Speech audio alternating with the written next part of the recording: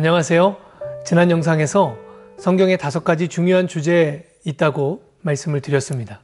창조, 죄, 구원, 우상숭배, 십자가와 부활. 이 5가지 주제 중에 오늘 우리가 함께 생각해 볼 주제는 창조입니다. 제가 20대 초반에 창조과학 세미나죠. 창조과학에 대한 강의를 들은 기억이 있어요. 얼마나 가슴 뛰면서 그 강의를 들었는지 모릅니다. 한 글자도 놓치지 않으려고 다 외우고 싶은 심정으로 열심히 받아 적으며 그렇게 강의를 들었던 기억이 지금도 생생해요. 하나님이 창조주이시라는 것을 증명할 수 있는 어떤 확실한 증거를 찾은 느낌? 아울러서 막 믿음이 솟구쳐 오르는 듯한 그런 느낌을 받으면서 강의를 들었습니다. 그런데 지금에 와서 돌아볼 때 과연 그 경험이 믿음의 사건이었는가 하는 생각을 하게 됩니다.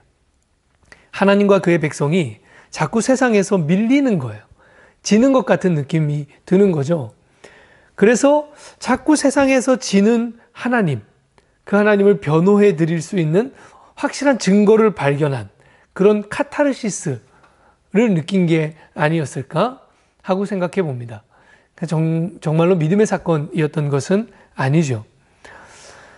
창조과학이 너무 광범위하게 퍼져 있어서 창세기 1장을 다루는 유일한 방법론이 창조과학인 것처럼 그렇게 생각되고 있죠.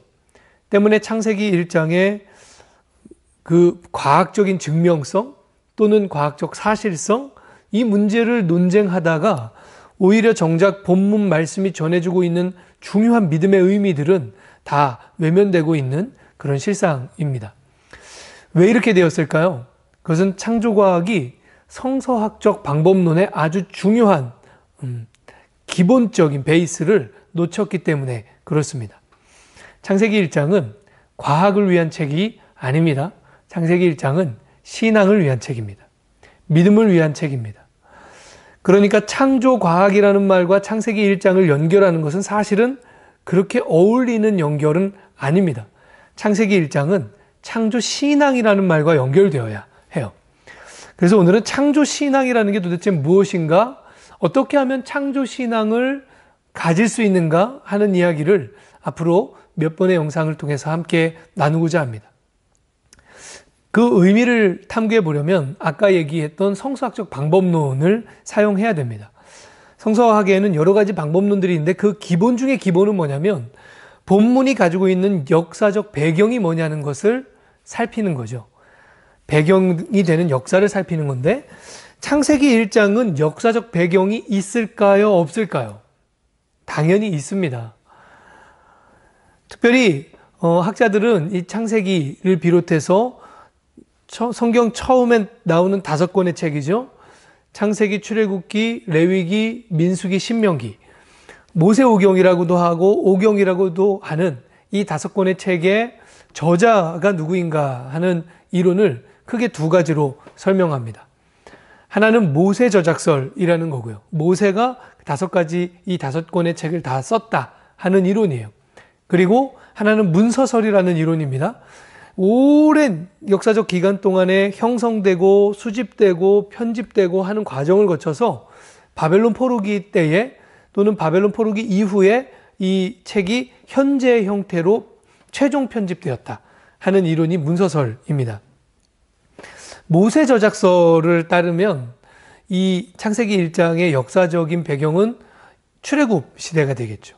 그리고 문서설을 따르면 그 역사적인 배경은 바벨론 포로기가 될 것입니다. 학자들은 이 둘 중에 하나를 선택해야 될지도 모르겠어요.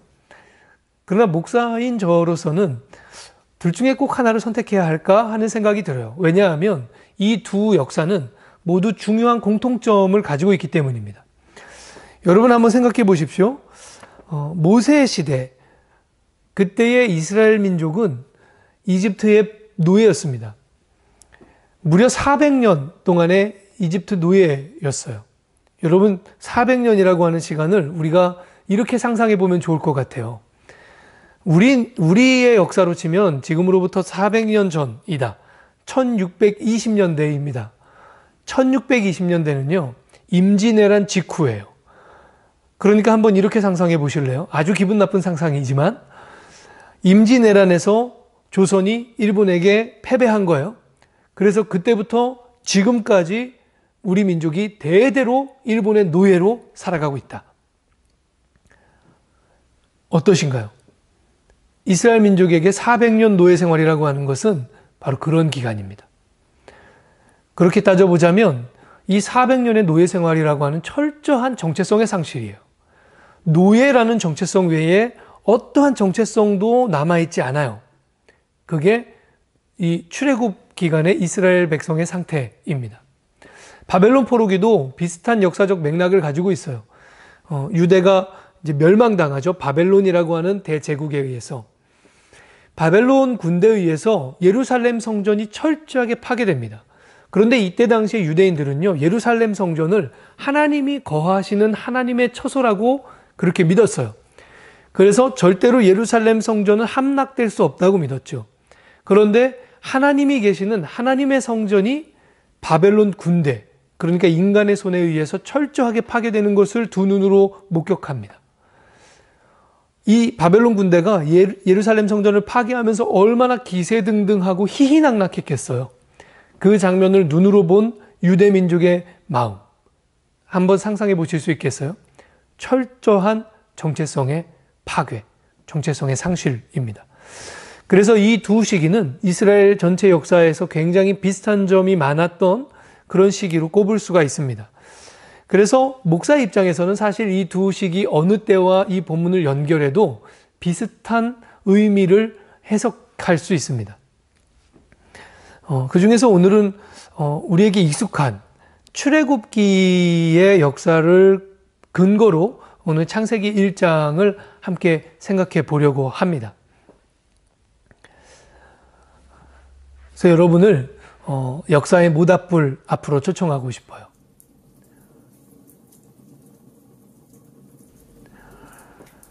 깜깜한 밤, 한 무리의 유다인 노예들이 모닥불 앞에 둘러앉아 있습니다. 그들의 주변을 감싸고 있는 것은 칠흑 같은 어둠. 그러나 그 어둠은 모여 앉아 있는 사람들의 마음속에 더 짙게 깔려 있습니다. 왜냐하면 그 즈음에 있었던 한 사건 때문이에요. 한 여인이 아이를 잉태하였습니다. 당시 유대인에게 아이를 낳는 일은 마냥 기쁘기만 한 일은 아니었어요.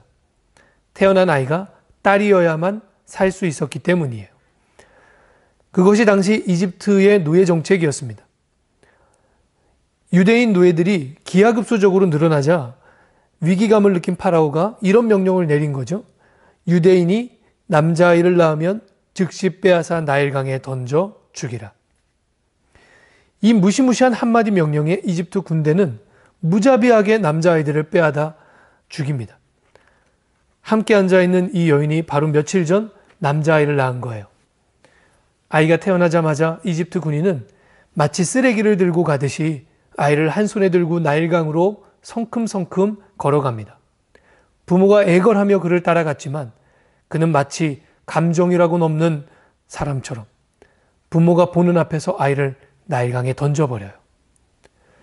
모닥불 앞에 모인 사람들은 이 여인을 위로하고 싶었습니다. 하지만 감히 누가 무슨 말로 이 여인을 위로할 수 있겠어요? 아무도, 아무 말도 할 수 없었습니다. 그저 무거운 침묵을 지키며 둘러앉아 함께 시간을 보내는 것이 그들이 할 수 있는 유일한 위로였죠.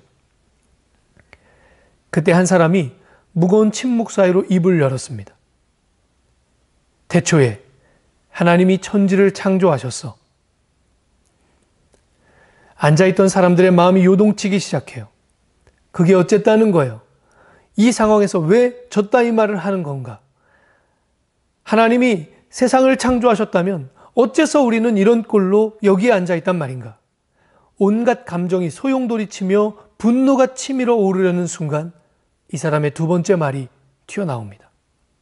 땅이 혼돈하고 공허하며 흑암이 깊었지.